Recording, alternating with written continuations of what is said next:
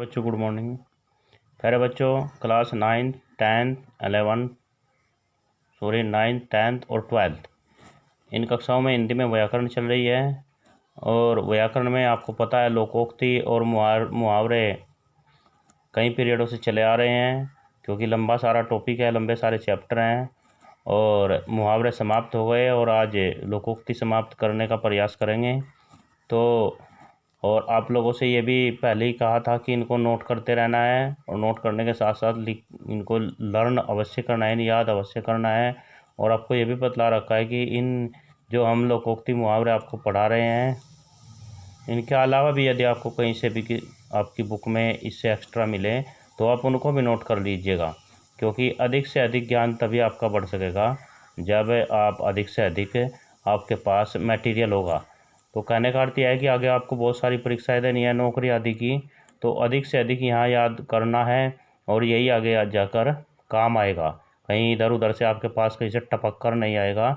यहाँ से आगे जाओगे तो दूसरे मिलेंगे। यदि आपने ये छोड़ दिए और आपने आगे वाले नेक्स्ट कक्षा के करे तो फिर आपको पिछले कभी नहीं मिलेंगे, नहीं आपके कभी भी याद होंगे। इसलिए आप साथ साथ इनको याद करते चले, लिखते चले, नोट करते चले, बड़े स्वच्छ और सुंदर तरीके से, बिल्कुल भी नज़रअंदाज न करें। तो हम कहाँ आए थे? लगभग यहाँ आए थे, कोयले की दलाली में हाथ काले, यानी कुसंग से कलंक लगता है। श्याम का अपराध केवल यही था कि वह आवारा लड़कों के साथ घूम रहा था, तभी पुलिस ने उनके साथ उसको भी पकड़ लिया। इसे कहते हैं कोयले की दलाली में हाथ काले। नेक्स्ट, और हमने आपको ये भी बतला रखा है कि भाई यदि इसके अलावा भी आप प्रयोग कर सकते हैं, लेकिन अर्थ आपको याद करना पड़ेगा। कोई सटीक प्रयोग मिले आपको, ये तो हम बुक से इसीलिए पढ़ा रहे हैं कि फ़िलहाल हमारे समक्ष बुक है। यदि क्लास में होते तो हम दूसरे तरीके से आपको बताते। जिन खोजा तिन पाइया गहरे पानी पेट, यानी जो परिश्रम करते हैं सफल होते हैं। प्रयोग, रामविलास ने दिन रात मेहनत करके सरकारी नौकरी हासिल की है। यह उक्ति बिल्कुल ठीक ही है। जिन खोजा तिन पाइयाँ गहरे पानी पेट। नेक्स्ट है, डूबते को तिनके का सहारा।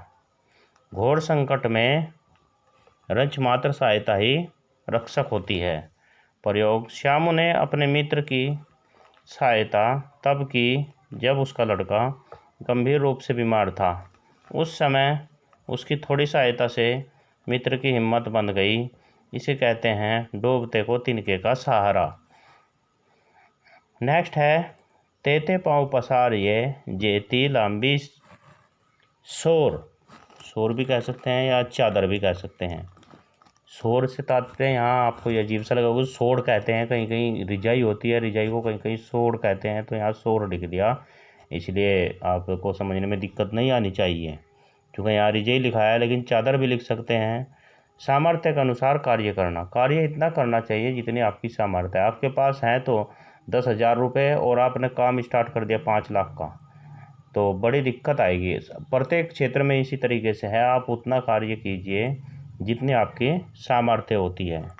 प्रयोग, प्रत्येक क्षेत्र में खर्च उतना ही करना चाहिए जितना अपनी सीमा के अंतर्गत आता हो। ठीक ही कहा गया है, तेते पाँव पसारिए जेती लंबी सोर। नेक्स्ट है, थोता चना बाजे गना। सामर्थ्य से अधिक प्रदर्शन करना। बहुत से लोग ऐसे होते हैं कि सामर्थ्य कुछ नहीं होती है, दिखावा ज़्यादा करते हैं। तो प्रयोग देखते हैं, आंसू को साइकिल तक सही से नहीं चलानी आती और बातें हवाई जहाज को उड़ाने की करता है। यहाँ तो वही कहावत चरितार्थ होती है कि थोता चना बाजे घना। नेक्स्ट है, दूर के ढोल सुहावने, यानी दूर रहकर बुरा भी आकर्षक लगता है। जो ढोल होते हैं जब वो नज़दीक बजते हैं तो बड़े दुखदाई होती है, कानों को कष्टदायी होते हैं और हम कहते हैं कि भाई इसको बंद करो, इसको बंद करो। लेकिन जब वो दूर से बजते हैं तो वो हमें अच्छे लगते हैं, सुहावने लगते हैं। तो प्रयोग देखते हैं, पर्वतीय सौंदर्य दूर से ही अच्छा लगता है, वहाँ रहने वाले लोगों से उनका हाल तो पूछिए। वही बात है, दूर के ढोल सुहावने, यानी हमें अच्छा लगता है कि वहाँ बड़ा सुंदर वातावरण है, लेकिन जो वहाँ रहते हैं उनको पूछो, उनको हर किस्म की वहाँ दिक्कतें हैं। वहाँ वातावरण की दिक्कत है, वहाँ सर्दी ज़्यादा होती है, और वहाँ और बहुत सारी सुविधाएं, सब्जी वगैरह वहाँ नहीं उग सकती, तो असुविधा ही असुविधा है वहाँ। तो हमें वो बहुत अच्छा सुंदर क्षेत्र लगता है। तो ये इस तरीके से ये वाक्य में प्रयोग किया गया है। तो हम बस यहाँ से आगे लोकोक्ति नहीं करेंगे, और आप ये खुद ही कर लेना। अब इसके बाद हम यहाँ से आगे नेक्स्ट चैप्टर प्रारंभ करेंगे, तो ये हम नेक्स्ट पीरियड में करेंगे। और इसको आप अच्छे से नोट करके और बड़े साफ और स्वच्छ तरीके से अपनी कॉपी, हमने आपको बता रखी है, अच्छी सी कॉपी बना लेनी है और उसमें नोट कर लेनी है, याद कर लेना है, और वही कॉपी आपको परीक्षा के समय में काम आएगी। Thank you.